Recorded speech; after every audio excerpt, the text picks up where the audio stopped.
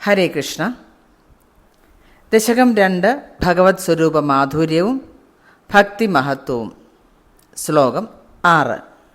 ഏവം ഭൂതമനോജ്ഞതാ നവസുധാ നിഷ്യന്ത സന്തോഹനം ത്വദ്രൂപം പരചിത് രസായനമയം ചേതോഹരം ശൃണ്യതാം സദ്യ പ്രേരയതേ മതിം മദയതേ രോമാഞ്ചയത്യംഗകം വ്യാസിഞ്ചത്യഭിഷീദബാഷ്പവിസരൈ ആനന്ദമൂർച്ഛോദ്ഭവൈ. ഇനി ഈ ശ്ലോകത്തിൻ്റെ സന്ധിവിച്ഛേദം നോക്കാം. ഏവം ഭൂത മനോജ്ഞതാ നവസുധ നിഷ്യന്ത സന്തോഹനം. അത് സമസ്ത പദമാണ്. ത്വദ്രൂപം പരചിദ്രസായനമയം. അത് പരചിത് രസായനമയം എന്ന് നമുക്ക് പിരിച്ചു വായിക്കാം. ശ്ലോകം വായിക്കുമ്പോൾ പരചിത് രസായനമയം അത് ചേർത്തു വായിക്കുമ്പോഴാണ് പരചിദ്രസായനമയം എന്ന് വരുന്നത്. ചേതോഹരം ശൃണ്യതാം സദ്യഃ പ്രേരയതേ മതിം മദയതേ രോമാഞ്ചയതി പ്ലസ് അംഗകം വ്യാസിഞ്ചതി പ്ലസ് അപി ശീതബാഷ്പവിസരൈഹി പ്ലസ് ആനന്ദമൂർച്ഛോദ്ഭവൈഹി. ഇതിൻ്റെ സന്ധിവിച്ഛേദം കഴിഞ്ഞു. ഇനി ഇതിൻ്റെ പദച്ഛേദം കൂടി നോക്കാം. ഏവം ഭൂത മനോജ്ഞതാ നവസുധ.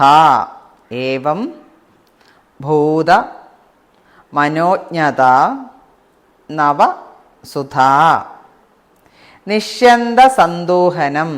നിഷ്യന്ത സന്തോഹനം. ത്വദ്രൂപം. ത്വത് പ്ലസ് രൂപം. പരചിത് രസായനമയം. പരചിത് രസായനമയം. അത് നോക്കിക്കൊള്ളൂ. ഞാൻ ആദ്യം പറഞ്ഞിരുന്നല്ലോ, പരചിത് രസായനമയം എന്ന് വായിക്കുന്നത് പരചിത് രസായനമയം എന്നാണ് നമ്മൾ ശ്ലോകത്തിൽ വായിക്കുന്നതെന്ന് പറഞ്ഞു. പിരിച്ചെഴുതിയപ്പോൾ അത് നിങ്ങൾക്ക് മനസ്സിലായി കാണുമെന്ന് വിശ്വസിക്കുന്നു. ചേതോഹരം. ചേതഃ പ്ലസ് ഹരം. ശീതബാഷ്പവിസരൈഹി. ശീതബാഷ്പവിസരൈഹി ആനന്ദമൂർച്ഛോദ്ഭവൈഹി. ആനന്ദമൂർച്ഛാ ഉദ്ഭവൈഹി. പദച്ഛേദവും കഴിഞ്ഞു. ഇനി 6ാമത്തെ ശ്ലോകത്തിൻ്റെ അർത്ഥം എന്താണെന്ന് നോക്കാം.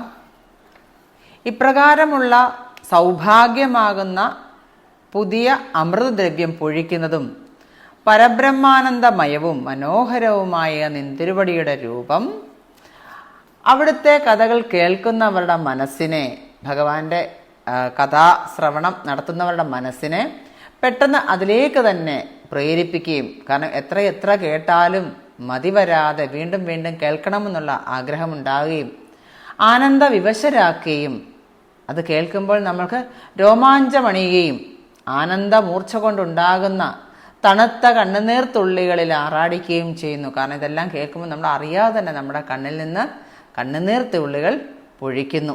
ഇതാണ് ഭട്ടതിരിപ്പാട് അർത്ഥമാക്കിയത്. ഹരേ കൃഷ്ണ.